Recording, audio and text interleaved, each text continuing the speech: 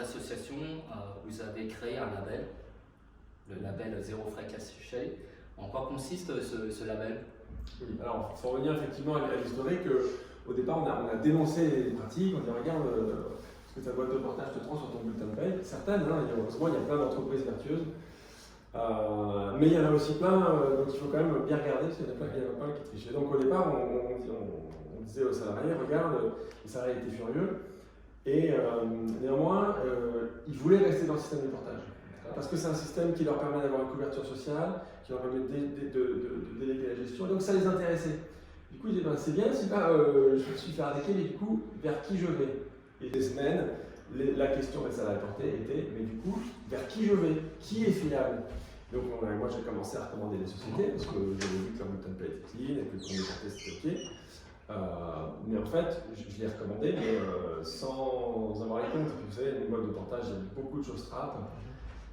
Et donc si vous n'avez pas quitté complètement une boîte, vous pouvez recommander une société et pas être sûr. Donc on a décidé avec les salariés adhérents et avec le bureau de la FEDEPS, on a décidé de proposer, de demander les comptes aux sociétés de portage compensées et clean, il y a toutes celles qui veulent, et pour celles qui acceptent, on va faire un audit et là on pourra, voilà, l'idée c'était de pouvoir garantir, que l'association puisse garantir que la société est clean. Donc le label Zéro Frais Caché, c'est ça. C'est un label qui est délivré, je pense que c'était après la question de en quoi il consiste. Oui, tout à fait. Bon, peut-être je te laisse. C'est justement comment on obtient, tu as évoqué la nécessité d'être transparent, mais en quoi consiste? Est-ce que c'est simplement comme certains prétendent, il suffit de s'inscrire, payer une cotisation et on obtient ce label? Alors d'abord, il faut comprendre qui est la FEDEPS. C'est-à-dire que, nous, encore une fois, c'est une activité non locative et j'ai aucun intérêt, je passe plus de temps et j'ai aucun intérêt financier, donc si je le fais, c'est par je ne sais pas pourquoi je le fais d'ailleurs, pas chez la société. Mais donc, d'avoir une société qui fait des frais cachés labellisés, ça n'a pas de sens pour nous. Ce qui n'est pas le cas quand on a des organisations patronales ou des entreprises privées qui créent des référentiels privés qui sont en train de se développer parce qu'ils veulent répondre en disant voilà, il y a un label, on est audité, etc. Même quand c'est audité par la FNOR, ça peut l'être sur des bases de référentiels privés. Et l'intérêt derrière, c'est de faire ses propres règles, et ce sont des entreprises qui ont des intérêts privés. La FEDEPS, c'est pas ça. On est, si vous voulez, l'UFC que choisir du portage salarial. Et encore une fois, personne gagne de l'argent là-dessus. Donc, comment ça se passe? Donc, pour répondre, quand il y a, par rapport aux questions, moi j'ai pas trop vu, mais bon, il faut regarder d'où ça vient, et souvent, c'est pas bon signe. Si vous avez une entreprise de portage qui vous dit non, la FEDEPS, c'est comme si vous avez McDo qui dit non, l'UFC que choisir, ils ont fait une étude sur nos pesticides dans la viande, mais ils sont pas très sérieux avec l'UFC que choisir. Donc une entreprise qui commence à dénigrer la FEDEPS, méfiance, voilà. Et même des organisations patronales, on pourra en revenir. Donc, plus sérieusement, le label Zéro Frais Caché, aujourd'hui, c'est le seul label qui est délivré par un organisme indépendant, c'est-à-dire la FEDEPS, dont la charte a été surtout rédigée par un organisme indépendant, les critères. Et les critères, c'est quoi? C'est d'abord le respect des contraintes légales, une entreprise de portage, de faire que du portage, de avoir un certain nombre d'assurances, etc. Donc, c'est un respect un peu de base de partie réglementation. C'est aussi un regard sur la solidité financière. On ne va pas recommander, quand on est salarié porté, il faut faire attention à la solidité financière de son entreprise de portage, parce qu'on peut lui confier pas mal de chiffre d'affaires dans l'année.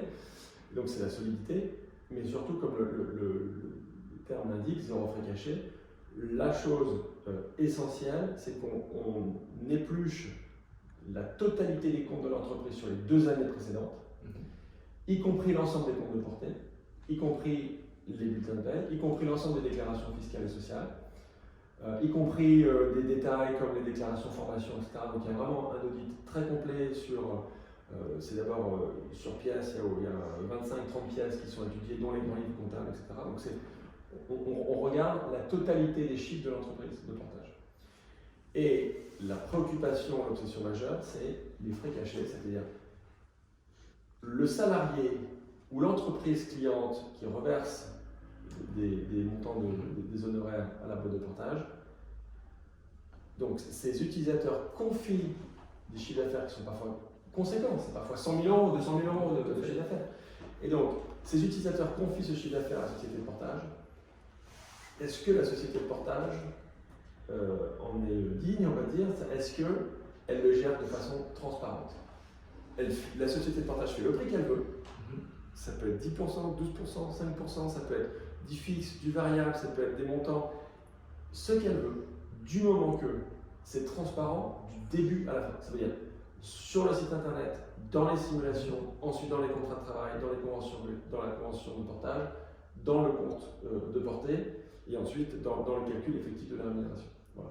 Et ça, c'est ce qu'on screen ça. Et donc, quand une société est labellisée zéro frais caché, ça veut dire que le salarié est sûr que sur le chiffre d'affaires, il y a une part qui est exactement celle qu'on lui a indiquée, qui sera dans les frais de gestion, et le reste, c'est pour lui. Ça veut dire c'est son salaire, ses vraies cotisations patronales, parce que attention, il y a les vraies et les fausses, ses remboursements de frais, c'est des avantages comme le PE, comme le PE, puis le voiture de fonction, etc. Et c'est tout. Il n'y aura pas de prélèvement indu. D'accord. Ce qui est quand même, je dis, c'est pas forcément dans les questions, mais pourquoi c'est important? Parce que aujourd'hui, sur l'année dernière, 2021, on a fait dans 8 cas sur 10, donc des salariés portés qui nous disent j'ai un doute, est-ce que vous pouvez vérifier?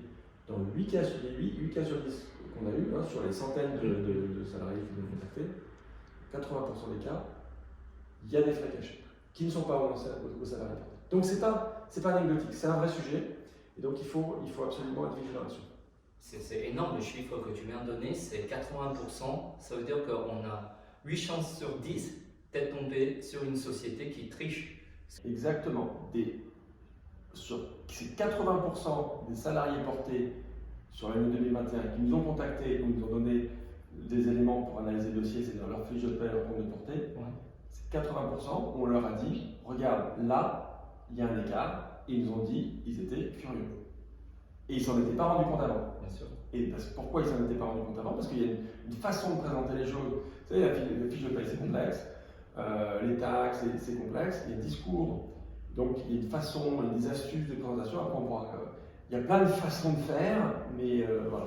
Mais justement, on parle souvent des frais cachés. Est-ce que tu peux nous donner quelques exemples de frais cachés Au départ, ce qui a été fait historiquement, et là on a donné l'alerte, c'est les fausses charges patronales. Le bulletin de paie est complexe, et donc la société de portage dit en fait je vais annoncer des frais de gestion attractifs, et puis ensuite, comme les charges patronales sont payées par le salarié, c'est unique en France, en général c'est l'entreprise qui paye les charges patronales, mais là c'est effectivement l'entreprise qui paye les charges patronales, mais qui les déduit du montant disponible du salarié porté. Donc l'astuce, entre guillemets, qui est purement illégale, c'est une escroquerie, c'est du vol, c'est de dire je vais afficher les frais de gestion, et ensuite je vais glisser dans le bulletin de paye que personne ne sait lire, à part des experts paye, et encore on ne connaît pas toutes les lignes par cœur, voilà.